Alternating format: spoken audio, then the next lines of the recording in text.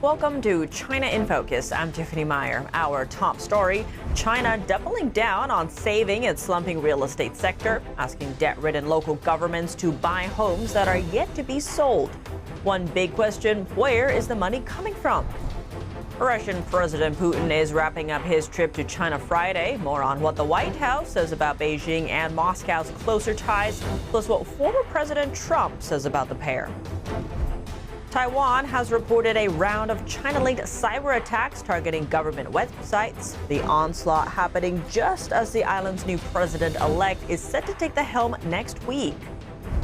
And President Joe Biden will dispatch a special delegation to Taiwan as its new president takes office next Monday. The group consists of former U.S. officials and will visit Taipei to represent the American people.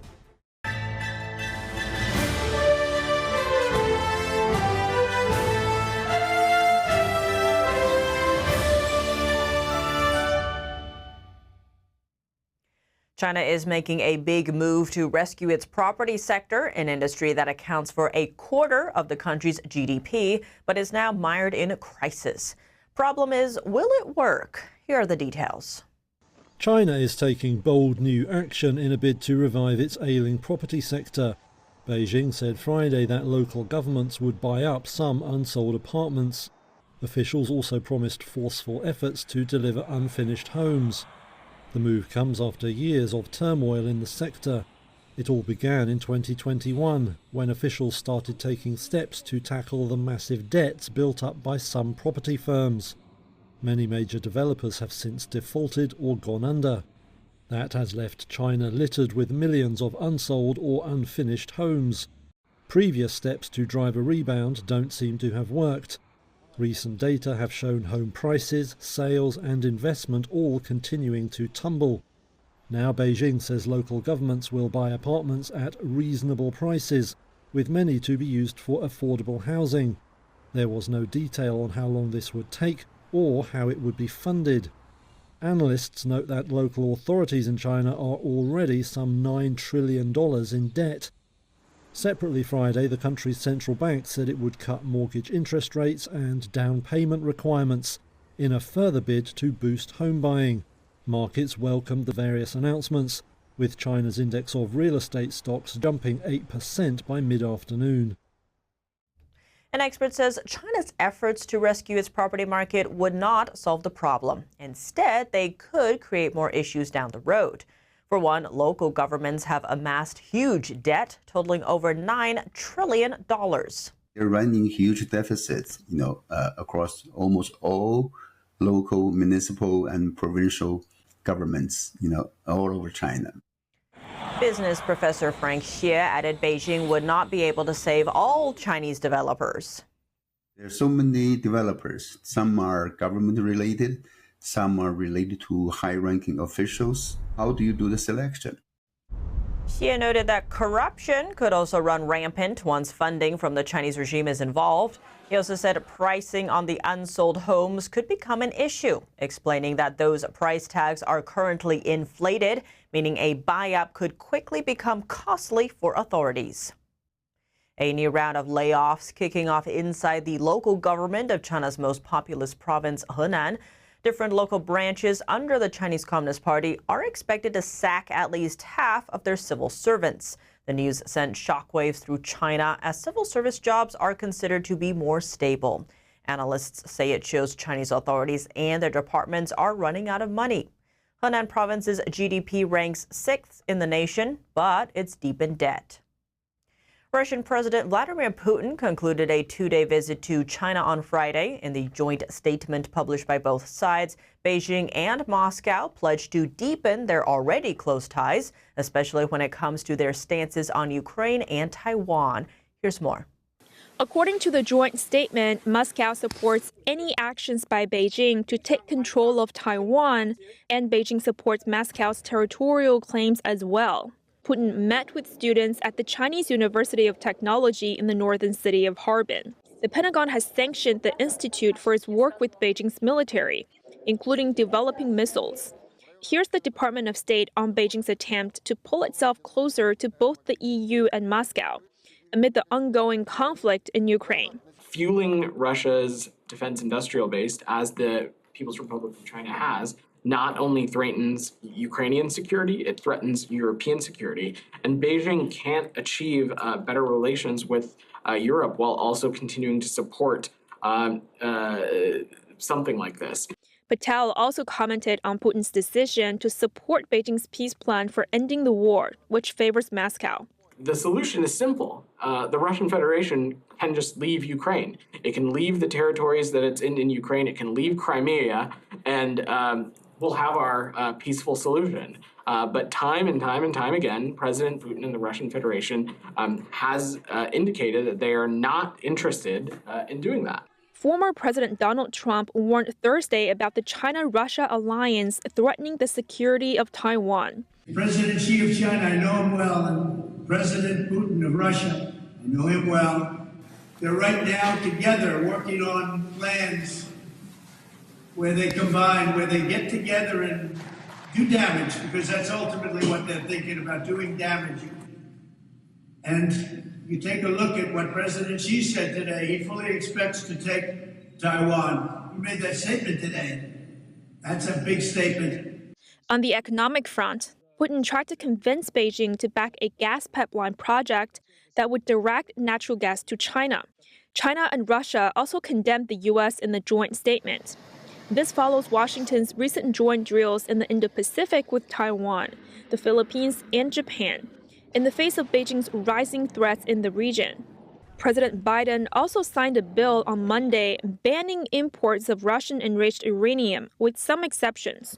The U.S. used to purchase an estimated $1 billion worth of this nuclear fuel from Russia every year.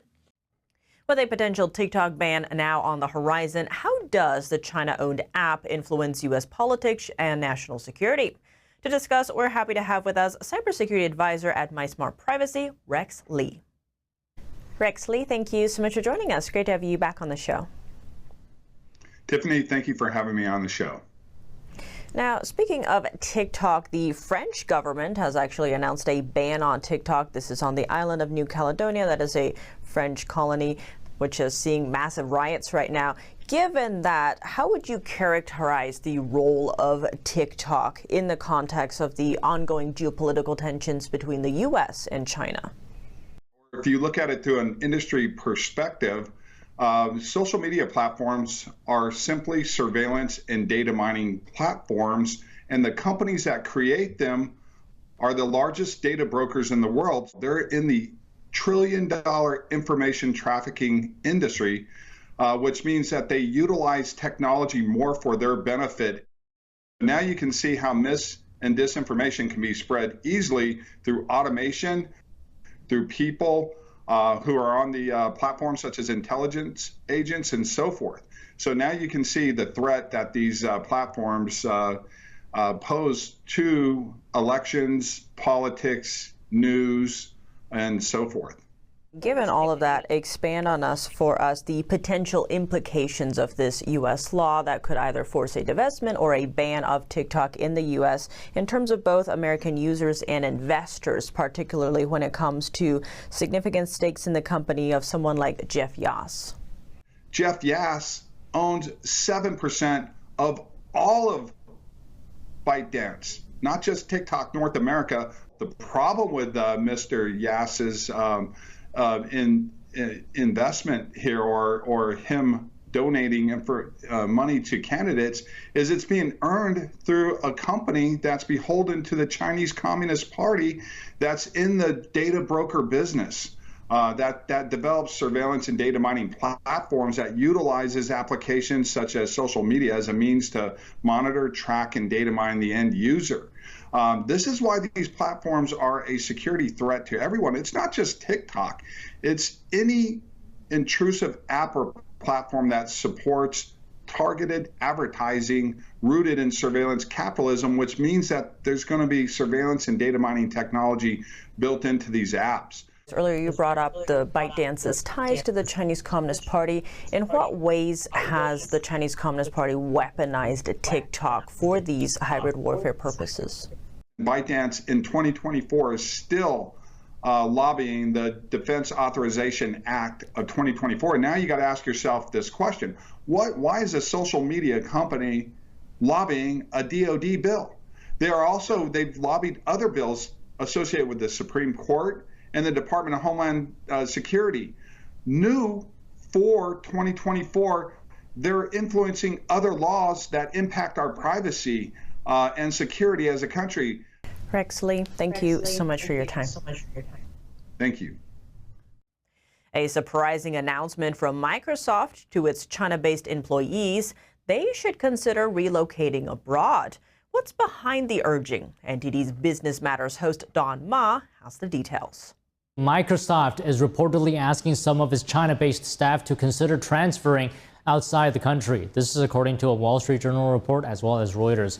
This comes as U.S.-China relations are strained amid a race for cutting-edge technology. Washington has been trying to limit Beijing's access to advanced chips used in AI applications. There are concerns that the technology can be used to strengthen China's military. Microsoft is asking about 700 to 800 people who are involved in machine learning and other computing-related work to consider relocating. This is according to the Wall Street Journal. The employees are mostly engineers of Chinese nationality, and they were recently offered an option to transfer to the U.S., Ireland, Australia, and New Zealand. NTD, though, could not independently verify those details. A string of cyber attacks just ahead of Inauguration Day. Taiwan Security Bureau has reported a litany of Chinese cyber breach targeting the island's government websites. This comes as Taiwan's president-elect William Lai is set to be sworn in next week. Reports say the number of attacks has jumped from 1 million per day to a staggering 2.5 million per day. That's since Taiwan's January 13th presidential election. Beyond cybersecurity, officials said Beijing has established proxy groups aimed at influencing all sectors of Taiwanese society, even setting up overseas police outposts near language schools. Their main targets include students, politicians, business leaders, and intellectuals. Taiwan's president-elect William Lai will be sworn into office next Monday, and the White House is sending an unofficial delegation to the island this weekend to celebrate the inauguration. Orval Schell, the director of the Center on U.S.-China Relations at Asia Society, said Washington is walking on a delicate tightrope between deterring China and supporting Taiwan.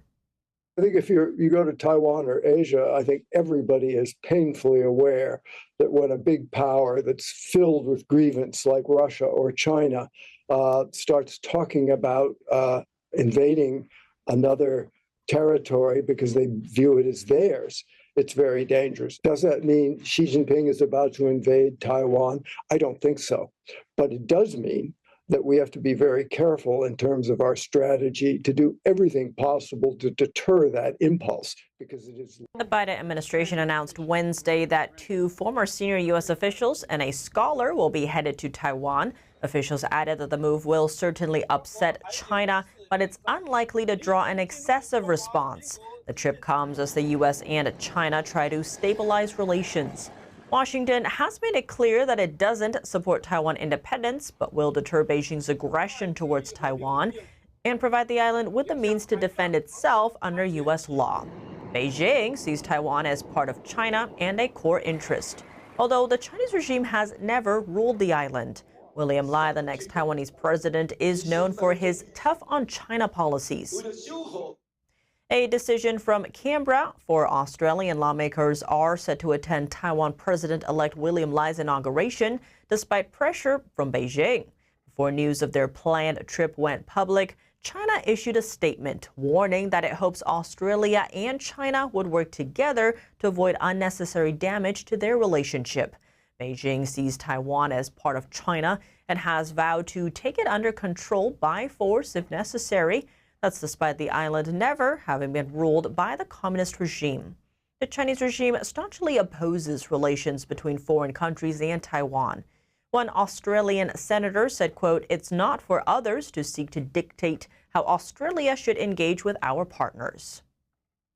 Coming up, it's the season for summer travel. While planning for a study tour to America, a group of Chinese students got their visa applications rejected. The reason? They were told to lie to the U.S. Embassy.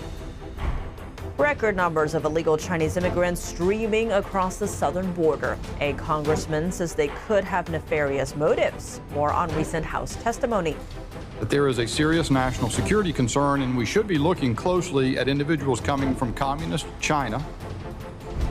And the China-Russia partnership is strengthening. How could their stronger ties affect the Ukraine war? An intel officer weighs in. More on that after the break here on China in Focus. Welcome back to China in Focus. I'm Tiffany Meyer. It's the season for international travel. As summer approaches, study trips to the U.S. have been on the minds of many Chinese parents and students. But recently, a group of 46 kids had their visas rejected altogether because they were told to lie to the U.S. Embassy. According to parents, these kids signed up for a well-known institution in charge of arranging study tours abroad. The trip was supposed to be split into two groups, one in July and one in August. But the institution repeatedly told every student to say they were part of the July crew. Reports from social media also point to other discrepancies, like the students being told to say there were 6 students per teacher when there were actually 7. Further details about what happened are unclear. In the end, after U.S. officials caught the lie, only the tour guides wound up getting their visas approved. Obtaining a U.S. visa in China has become difficult ever since the end of the COVID-19 pandemic. Some say they waited in line for hours just to get rejected at the window within 2 minutes. The unprecedented flow of illegal Chinese immigrants through the southern border was the subject of a House hearing Thursday. Lawmakers expressed concern as the surge hit an all-time high in April. Congressman Dan Bishop reacts. That there is a serious national security concern, and we should be looking closely at individuals coming from communist China, the United States' greatest adversary on the world stage. Unfortunately, under the Biden administration, Border Patrol agents have been instructed that when processing Chinese nationals, they should conduct short, basic interviews that include only generic background questions instead of in-depth interviews. In other words, there is no serious vetting. The number of Chinese nationals illegally crossing the southern border has topped 27,000 since October, a massive jump from recent years. In 2022, the number of Chinese migrant encounters was slightly more than 2,000 at the southern border. In 2021, that number was 450. The latest Border Patrol numbers show that around 3,300 Chinese nationals crossed the southwest border in April alone, more than the entire 2022 fiscal year. Worth noting, a pandemic-era immigration policy expired in 2023. First enacted under President Trump, it allowed U.S. border authorities to expel would-be southern border crossers on the grounds of guarding against COVID-19. Congressman Bishop says Chinese immigrants crossing illegally into the U.S. could have nefarious motives. He mentioned federal indictments in North Carolina last month, showing partnerships between Mexican drug cartels and Chinese transnational criminal organizations. Russian President Vladimir Putin wrapped up his 2-day visit to Beijing on Friday. His trip to China is symbolic of deepening ties between the two countries as tensions with the West grow. Russia said it welcomes China to play a role in bringing a diplomatic solution to the war with Ukraine. We learn more about the impacts of this visit from Kervin Auken. He's the former lead intelligence, surveillance, and reconnaissance coordinator for the U.S. Army and the host of This Week Explained podcast. Kervin, it's great to have you with us on this important topic. Specifically, how does the growing partnership between Russia and China affect Russia's warfighting ability in Ukraine? Well, it doesn't affect the warfighting ability. Obviously, China has sent over munitions covertly to Russia, but there's not going to be any sort of broad Chinese approval of what's going on in Ukraine. See, Xi's been very careful about trying to remain neutral, but what's going on here with this summit is basically just diplomatic symbolism. So the two leaders have come together. China sees what's going on within the Indo-Pacific in the United States. The United States has brokered deals with the Philippines, Japan, South Korea. And so China sees themselves just like Russia did whenever, just before they invaded Ukraine, that we are being surrounded by adversaries. And so we need to do something. We need to have support on this. What does the Chinese regime mean when it says it wants to play a role in setting the Ukraine war, settling this politically? Yeah, so last year, Xi Jinping and the CCP put out a 12-step plan for peace within Ukraine. Unfortunately, that peace in Ukraine meant that whatever Russia wanted, Russia's going to get. So Russia had annexed certain regions within Ukraine, and in China's plan, they said that those regions would stay aligned with Russia. Ukraine has come back and said, we will not agree to that. This is not something that is conducive to security or the freedom of their own borders. And they knew that if they did agree to that, Putin would have the ability to continue that western march through Ukraine and hit other countries like Moldova, Georgia, those Eastern European countries. Thank you for the analysis this morning. Kervin Okwin, the former lead intelligence, surveillance, and reconnaissance coordinator for the U.S. Army. Thank you. That's all for today's China in Focus. I'm Tiffany Meyer. If you have any feedback on the show or have something you'd like to see us cover, send us an email at chinainfocus@ntd.com. We'd love to hear from you. For round-the-clock original news coverage, visit us at ntd.com or download our NTD app. Thanks for watching. See you soon.